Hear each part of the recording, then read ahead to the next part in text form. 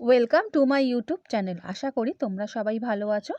এর আগের ভিডিওতে আমি তোমাদের ক্লাস 11-এর সেকেন্ড সেমিস্টারে ইউনিট 1-এ তর্কবিদ্যার ভূমিকা, সেখানে অধ্যায় 1, 2, 3, 4, 5 সব জায়গা থেকে 2 এবং 3 নম্বর মার্কসের কোশ্চেন অ্যান্সার আলোচনা করে দিয়েছি।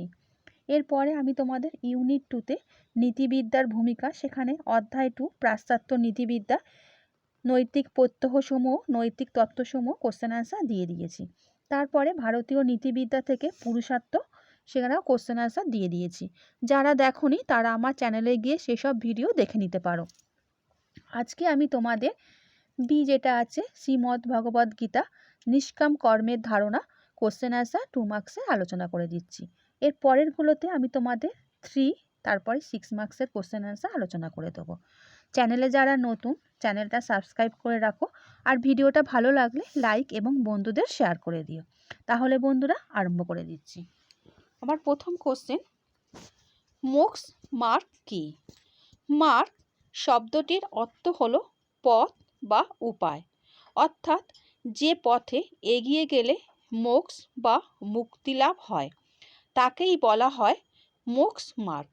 গীতায় মোক্ষ লাভের উপায় হিসাবে 3টি মার্গের উল্লেখ করা হয়েছে এবং এই 3টি মার্গ বা পথ হলো কর্মমার্গ মানে কর্মের পথ, জ্ঞান মার্গ জ্ঞানের পথ এবং ভক্তি মার্গ ভক্তির পথ।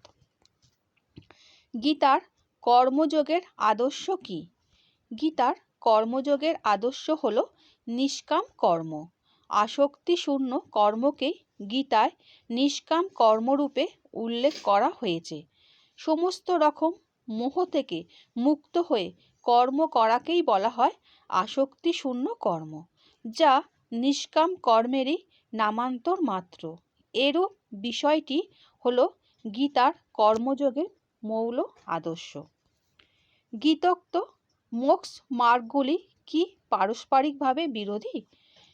গীতোক্ত মোক্ষ মার্গগুলি পৃথক পৃথক মার্গ রূপে গণ্য হলেও সেগুলি কিন্তু কখনোই পারস্পরিকভাবে বিরোধী নয়, বরং বলা যায় যে গীতোক্ত কর্মমার্গ, জ্ঞান মার্গ এবং ভক্তি মার্গ প্রভৃতি একে অপরের পরিপূরক, কারণ এই সমস্ত মার্গের সম্মিলিত রূপেই মোক্ষ বা মুক্তিলাভ সম্ভব।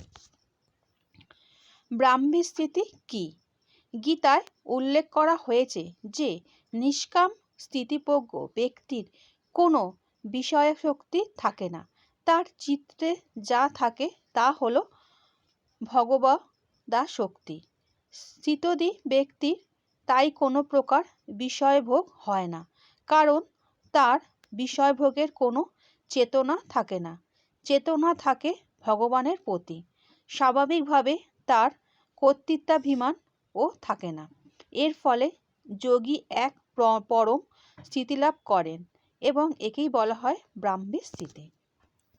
5 নম্বর কোশ্চেন, নিষ্কাম কর্ম কি কর্মহীনতাকে সূচিত করে? নিষ্কাম কর্ম কখনোই কর্মহীনতাকে নির্দেশ করে না, বরং বলা যায় নিষ্কাম কর্ম ফলাকাঙ্ক্ষাকে বর্জন করে নিরন্তর কর্ম করার উপদেশ দেয়।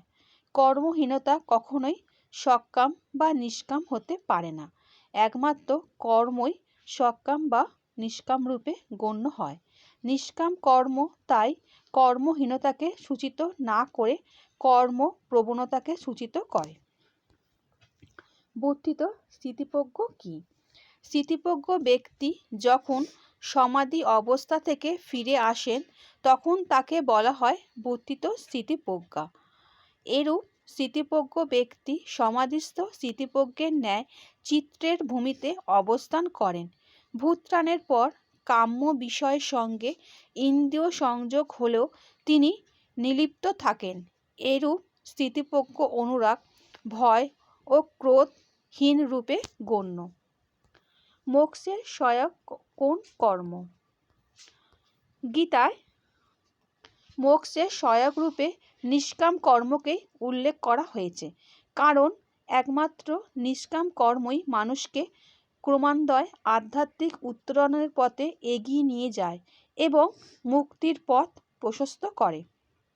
অপরদিকে সকাম কর্মকেই বলা হয় মোক্ষের প্রতিবন্ধক।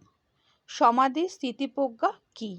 যে স্থিতিপ্রজ্ঞ ব্যক্তি সমাধি অবস্থায় থাকেন তখন তাকেই বলা হয় সমাধিস্থ স্থিতিপ্রজ্ঞা।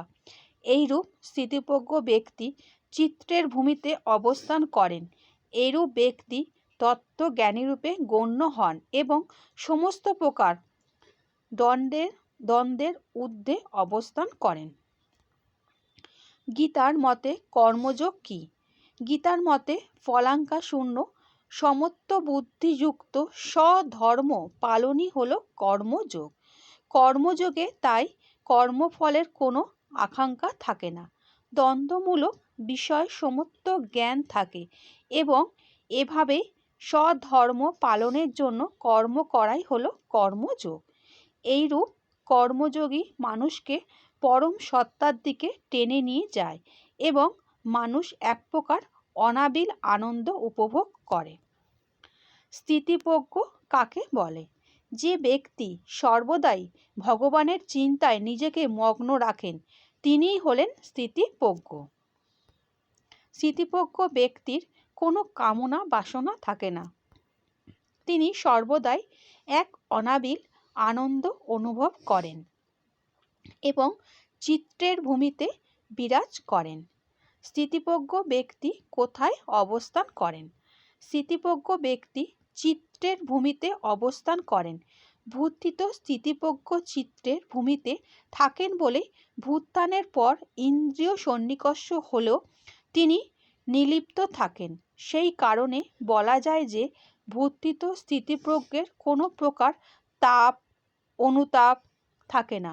দুঃখে তার মন যেমন উদ্বিগ্ন হয় না, তেমনি সুখেতেও তার কোনো স্পৃহা থাকে না। স্থিতিধি কাকে বলে?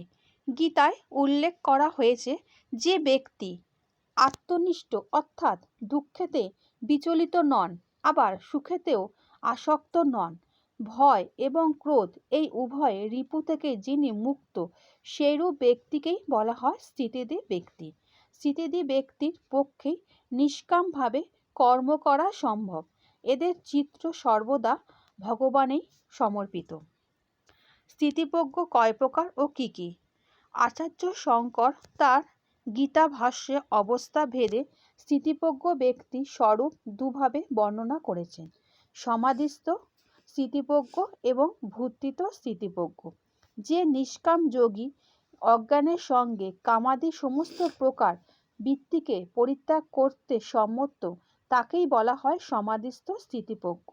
অপরদিকে স্থিতিপ্রজ্ঞ ব্যক্তি যখন সমাধি থেকে ফিরে আসেন তখন তাকেই বলা হয় ভূত্থিত স্থিতিপ্রজ্ঞ। নিষ্কাম কর্ম কি? যে কর্মের পিছনে কর্মকর্তার কোনো কামনা বাসনা উদ্দেশ্য হিসাবে কাজ করে না এবং যেখানে শুধু কর্মের জন্যই কর্ম করা হয় তাকেই বলা হয় নিষ্কাম কর্ম। নি প্লাস কাম ইজুয়াল টু নিষ্কাম, অর্থাৎ কামনা বাসনা শূন্য ফলাঙ্কিত রহিত কর্মই হলো নিষ্কাম কর্ম। গীতায় আসক্তি শূন্য কর্মকেই নিষ্কাম কর্ম বলা হয়েছে। ভারতীয় নীতিতত্ত্বে কর্ম কয় প্রকার ও কি কি? ভারতীয় নীতিতত্ত্বে কর্ম দুই প্রকার: সকাম কর্ম এবং নিষ্কাম কর্ম।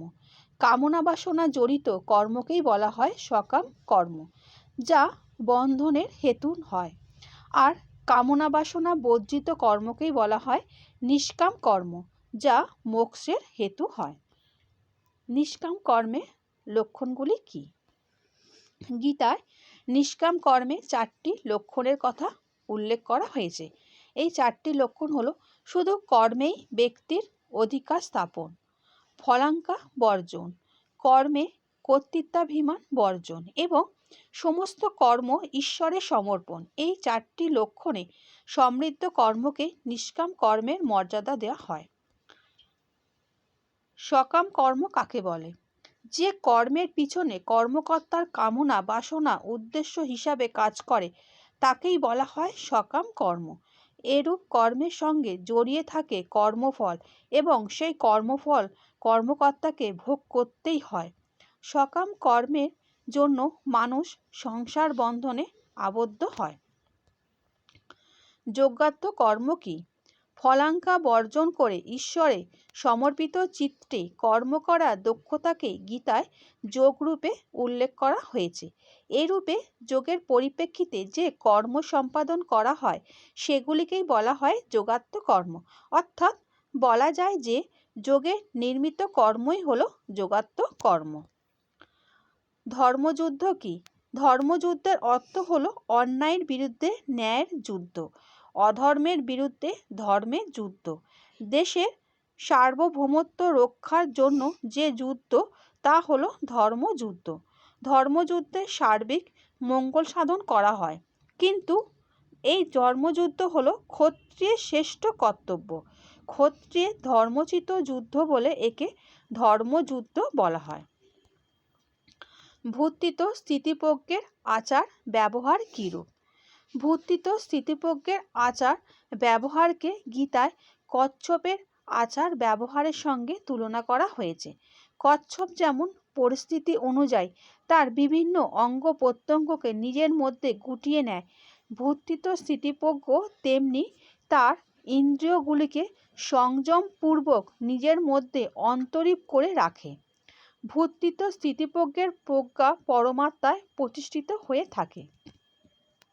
ইন্দ্রিয়াদির স্বাভাবিক প্রত্যাহারই হল স্থিতিপ্রজ্ঞের প্রকৃত আচার ব্যবহার।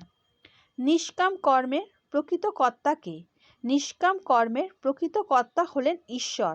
কর্মকর্তারূপী ব্যক্তি মানুষ কখনোই নিষ্কাম কর্মের প্রকৃত কর্তা নন।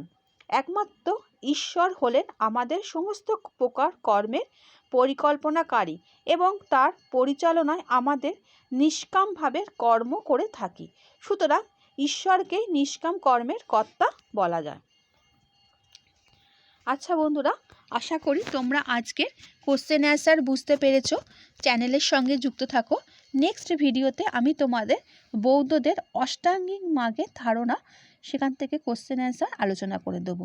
আর ভিডিওটা ভালো লাগলে বন্ধুদের শেয়ার করে দিও। আচ্ছা বন্ধুরা, ভালো থেকো।